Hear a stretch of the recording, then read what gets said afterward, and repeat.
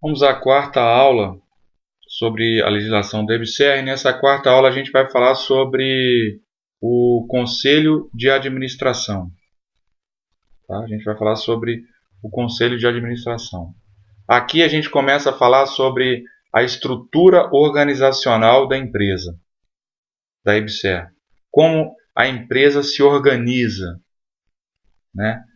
São através de vários conselhos. E um dos conselhos é o Conselho de Administração. Tá? O Conselho de Administração ele é composto de 9 membros. Esses 9 membros eles são indicados por alguns ministérios, por representantes da ANDIFES, Associação dos Reitores Universitários, e representantes dos trabalhadores da própria EBSER.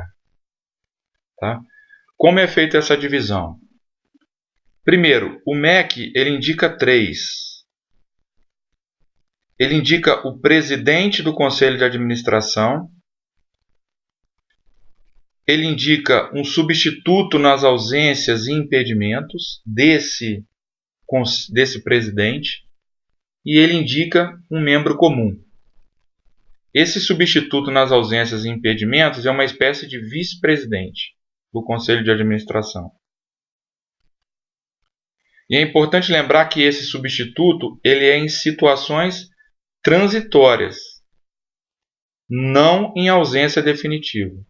Em caso de ausência definitiva do presidente do Conselho de Administração, o MEC deve indicar um novo presidente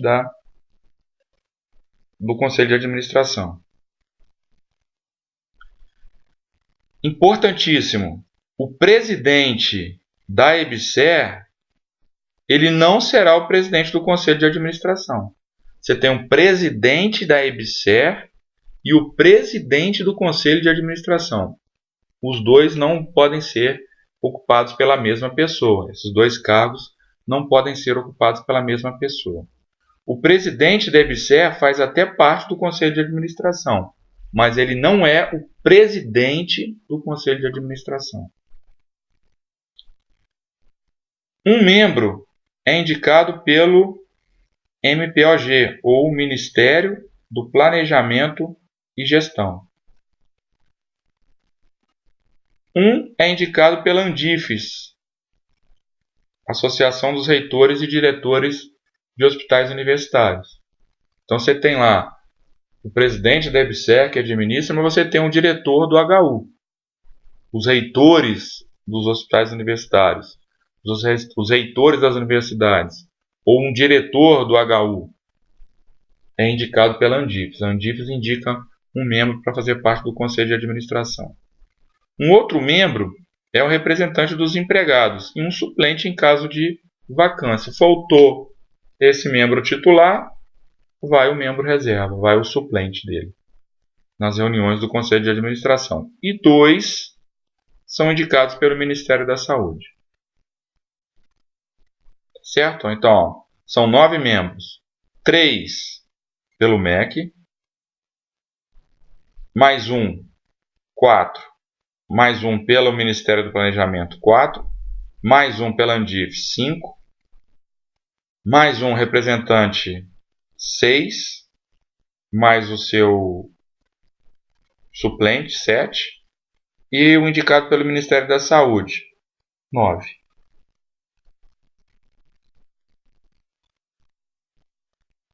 No caso aqui, minto.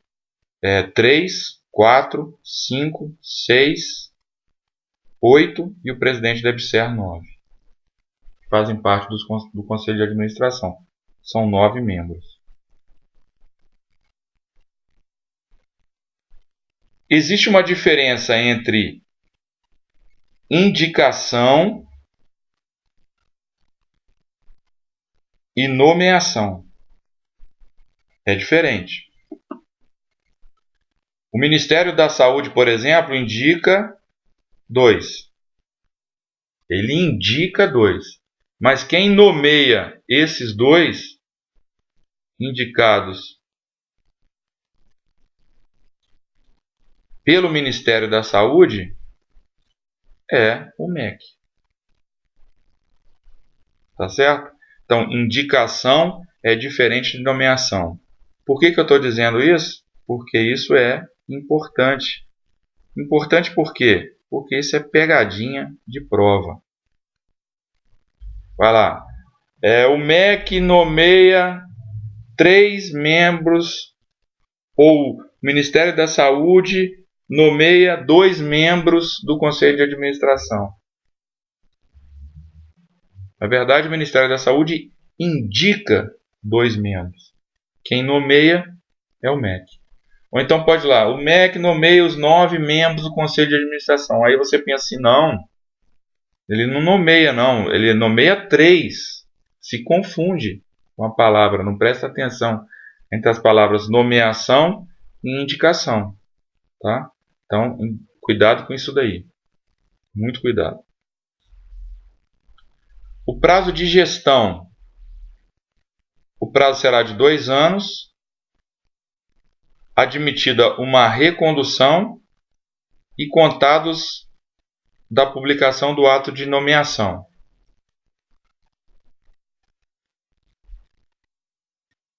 Né?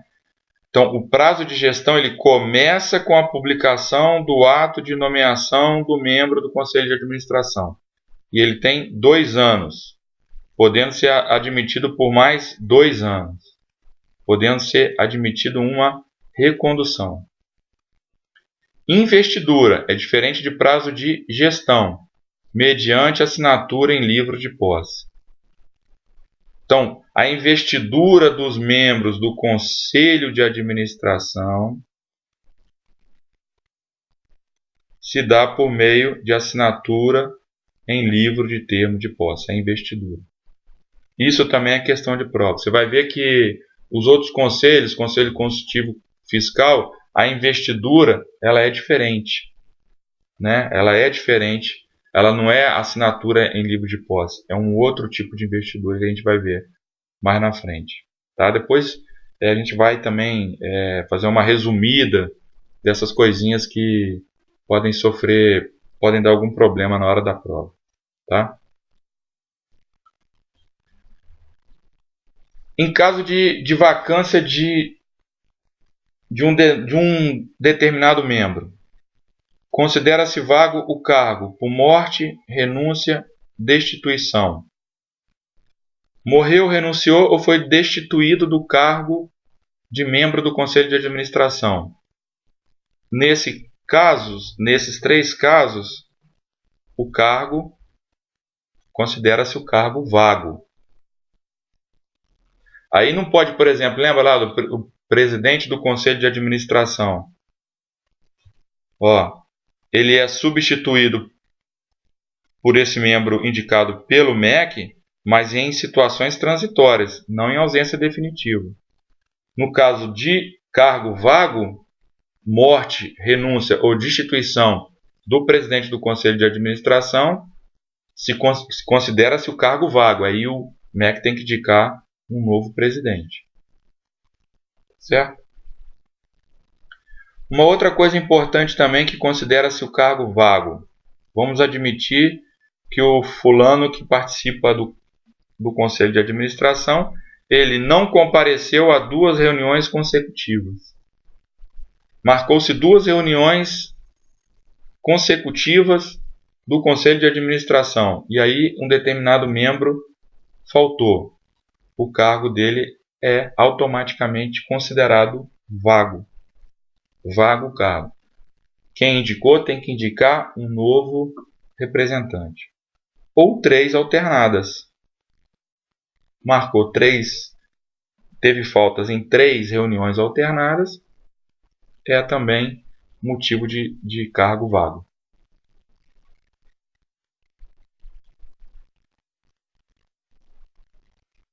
Existe o que eles falam de mandato tampão até a indicação de um novo membro.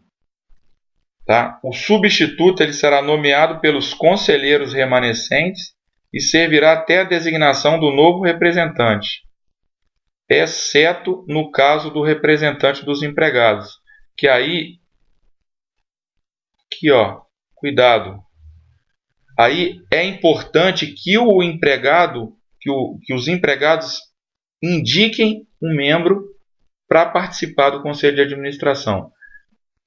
Não vai haver mandato tampão no caso dos empregados.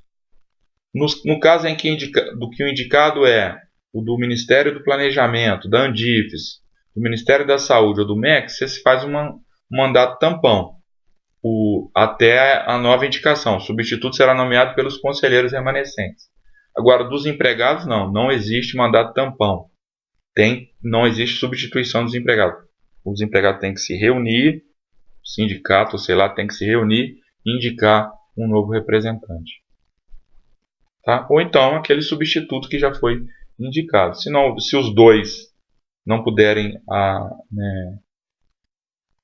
exercerem a função, terá que ser indicado o outro. Reuniões do Conselho de Administração, isso também é importante, questão de prova, reuniões do Conselho de Administração. As reuniões do Conselho de Administração, elas são reuniões ordinárias e reuniões extraordinárias. As reuniões ordinárias é mensalmente. Então, uma vez por mês existe uma reunião do Conselho de Administração. No mínimo, uma vez por mês. No mínimo. Por que eu estou dizendo no mínimo? Porque existem as reuniões extraordinárias. Então, num mês pode ter uma reunião ordinária e às vezes 2, 3, mais uma reunião extraordinária. Só que essa reunião não pode ser convocada a esmo. Ela é convocada a pedido do presidente ou a pedido de pelo menos 4 membros do Conselho de Administração. Então, os 4 membros do Conselho de Administração vão lá, dos 9, 4 membros pelo menos solicita uma reunião extraordinária. Ou o presidente do Conselho de Administração solicita uma reunião extraordinária. Então, nessas duas situações em que existem reuniões extraordinárias. Agora, como ficam as decisões do Conselho de Administração? Então, tem que se deliberar algo, tem que se votar algo. Como que isso acontece? Primeiro, você tem que ter um quórum para as reuniões. Para a reunião acontecer, tem que ter um quórum, tem que ter um mínimo. O quórum para as reuniões acontecerem é a maioria absoluta. O que é a maioria absoluta? Metade mais um dos membros. Se eu tenho 9 membros, maioria absoluta é metade mais um, metade de 9 é 4,5, mais um 5,5, como não existe 5,5, 5. Então, 5 membros. Esse é o quórum para as reuniões. O que isso quer dizer? Para uma reunião do Conselho de Administração acontecer, seja ela ordinária ou extraordinária, tem que ter no mínimo 5 membros. Então vamos lá, a reunião aconteceu. Existe um quórum para deliberação. O que é quórum para deliberação? É um quórum que vai deliberar o que foi decidido na reunião do Conselho de Administração. Houve quórum para a reunião aconteceu. Agora tem que ter quórum para deliberação. O que esse é quórum para deliberação? Um determinado ato vai ser votado e ele vai ser aprovado ou não. Aí tem um quórum das deliberações, que é maioria relativa ou simples. O que quer dizer isso? Maioria dos membros presentes na reunião. Presentes na reunião. Então, o quórum para deliberação não é a maioria absoluta dos membros lá, não. É a maioria dos membros presentes. O que isso quer dizer? Um exemplo. Uma reunião, você tem 5 membros. Essa reunião ela pode acontecer? 5 membros, pode. Ela pode acontecer. Aí vai haver uma votação. Sim ou não? Vai ser aprovado ou não vai ser aprovado determinada deliberação? Se 3 disseram sim, é a maioria absoluta dos 5 que estão participando da reunião. Então foi aprovado.